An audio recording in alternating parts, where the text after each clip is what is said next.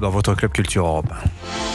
Europe 1. Avec une série terrifiante au programme. Héloïse Goua, bonjour. Oui, bonjour tout le monde. Oui, une fois n'est pas coutume, je vous conseille une série qui fait peur, très très peur, vraiment. C'est ça. Oui, ça. Le clown. Absolument. Absolument, oui, qui a une belle postérité. On n'arrête pas de l'adapter, ce Stephen King. Il est très fort. Et le livre du jour. Bonjour Nicolas Caro. Bonjour Dimitri. Alors ce matin, je me demandais justement en lisant votre chronique si ça ferait pas un bon film justement, roman mystérieux. Sans doute, oui.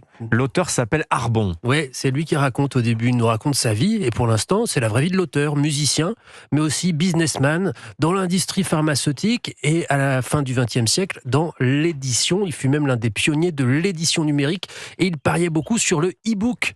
Et puis, tout s'est pas passé comme prévu. Mais c'est-à-dire qu'il avait trouvé un associé, un investisseur milliardaire, un certain Harry Yuan, un monstre d'entrepreneuriat, inventeur d'un système de programmation pour magnétoscope, toute une époque, ou des programmes télé en direct sur les chaînes du câble. Bref, success story de l'avant-bulle Internet et tout allait pour le mieux, donc pour Arbon. Bonne affaire, mais en 2006, après avoir été ruiné, le gars s'est volatilisé, disparu, Harry Yuan. Et dans ce livre, Les derniers jours de Harry Yuan, chez le Diable Vauvert, Arbon nous raconte la suite. Il est contacté près de 20 ans plus tard par un certain HY sur une île de Grèce. Il s'y rend et c'est bien Harry Yuan, donc il est mourant, mais il lui raconte tout ce qui s'est passé et pourquoi il a disparu et comment il a été attaqué et trahi et comment il a décidé de se venger. Mais ça c'est faux, c'est de la fiction.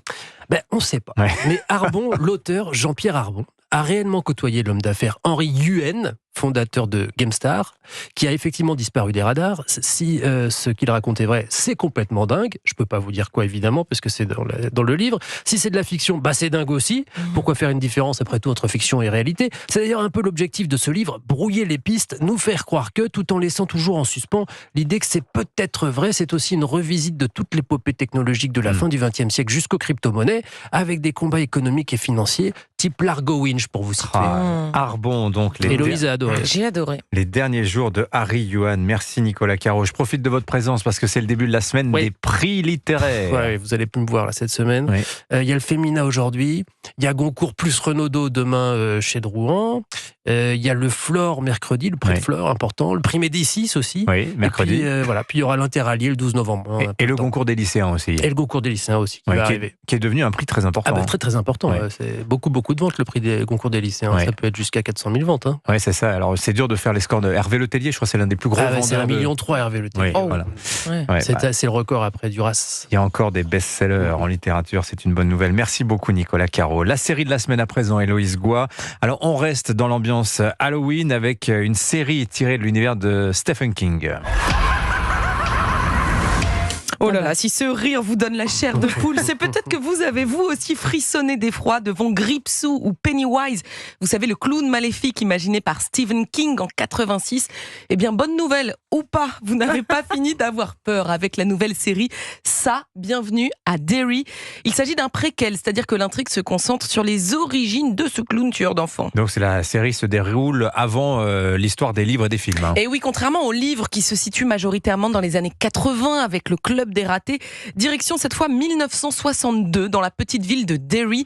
Les États-Unis sont en pleine guerre froide, la paranoïa règne un peu partout dans la société. C'est dans ce contexte qu'un petit garçon disparaît mystérieusement. Un groupe d'enfants se lance donc à sa recherche à leurs risques et périls. Vous croyez que quelqu'un pourrait kidnapper un enfant et l'enfermer sous terre, dans les égouts ?